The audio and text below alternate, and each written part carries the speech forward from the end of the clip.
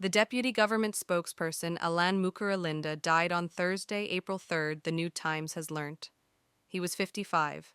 He succumbed to a medical complication that had not been con-armed by press time. No official communication had been made about Muku death by press time.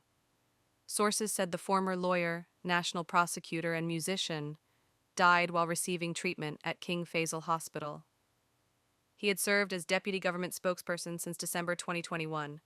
Muku held a law degree obtained in 1998 from the Université Catholique de Louvain in Belgium.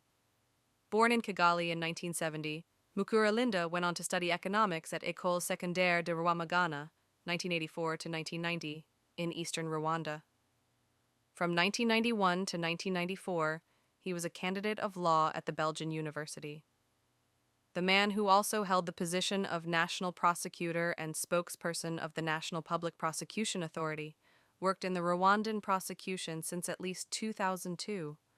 Known for composing popular songs such as Tsinda Batsinde, which praises the national football team Amavubi, Gloria, a Christmas song, and Murekatete, a love ballad, Alain Muku, as he was known in the music industry, helped to detect and promote other music talents.